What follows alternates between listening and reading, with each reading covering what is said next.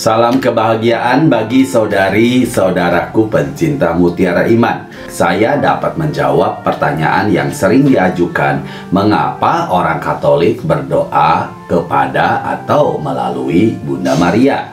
Cara yang baik untuk menanggapi seseorang yang menanyakan pertanyaan itu adalah dengan pertama-tama menjelaskan pemahaman Katolik tentang persekutuan para kudus. Orang-orang yang mempertanyakan gagasan berdoa kepada orang kudus merasa bahwa mereka yang meninggal di dalam Kristus terputus dari mereka yang ada di bumi.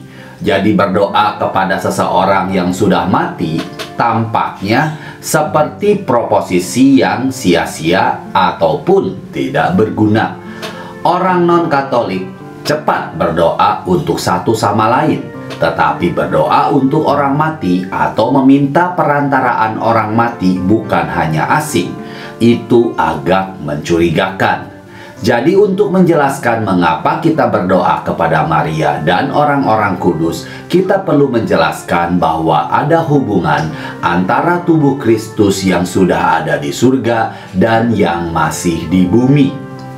Meskipun seseorang tidak lagi hidup di bumi, bukan berarti dia tidak hidup. Kami memiliki hubungan dengan mereka yang tinggal di surga. Dan selama misa, langit dan bumi terhubung. Setelah perbedaan itu dijelaskan, Anda dapat membuat hubungan bahwa berdoa kepada Maria atau orang-orang kudus itu seperti meminta seseorang teman di bumi ini untuk mendoakan Anda. Umat Katolik juga percaya bahwa orang kudus di surga memiliki hubungan yang lebih baik dengan Kristus karena mereka ada di sana bersamanya.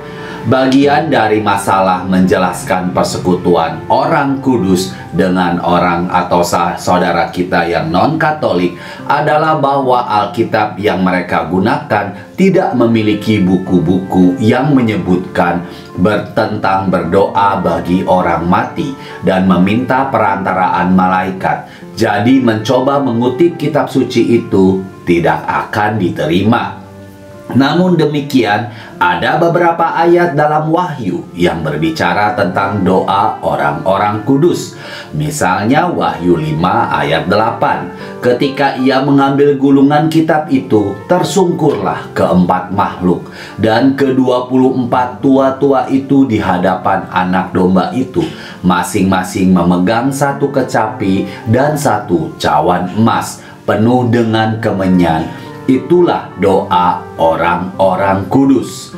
Dan Wahyu 8 ayat 3-4 dikatakan, maka datanglah seorang malaikat lain, dan ia pergi berdiri dekat mezbah sebu dengan sebuah pedupaan emas, dan kepadanya diberikan banyak kemenyan untuk dipersembahkannya bersama-sama dengan doa semua orang kudus di atas mezbah emas di hadapan tahta itu.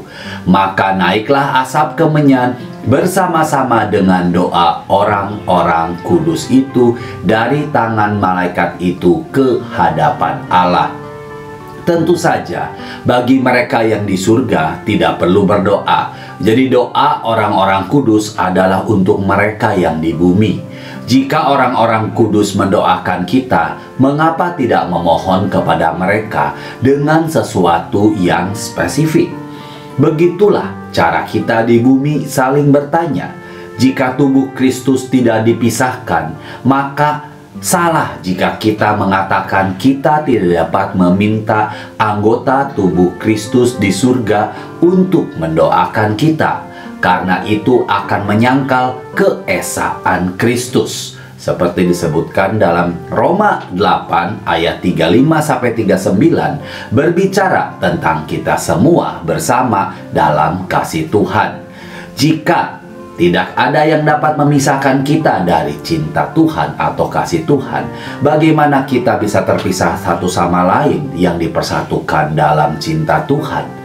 Dalam Markus 12, 24-27, Yesus berbicara tentang kebangkitan dan menyatakan bahwa Allah adalah Allah yang hidup, bukan Allah yang mati. dan bahwa Abraham, Ishak, dan Yakub masih hidup. Ayat kitab suci ini menegaskan bahwa mereka yang mati dalam iman tidaklah mati. Jika mereka tidak mati, maka mereka adalah bagian dari kerajaan sorga, baik di surga maupun di bumi. Dan selanjutnya, jika kita terhubung, kita bisa meminta doa dari mereka yang di surga, yang merupakan bagian dari kerajaan Tuhan.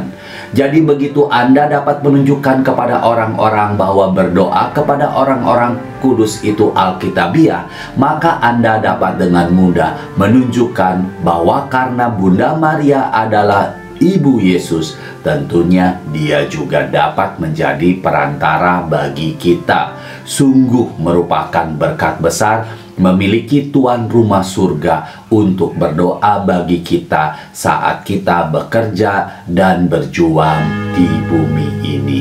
Tuhan Yesus memberkati. Salam sehat buat kita semuanya.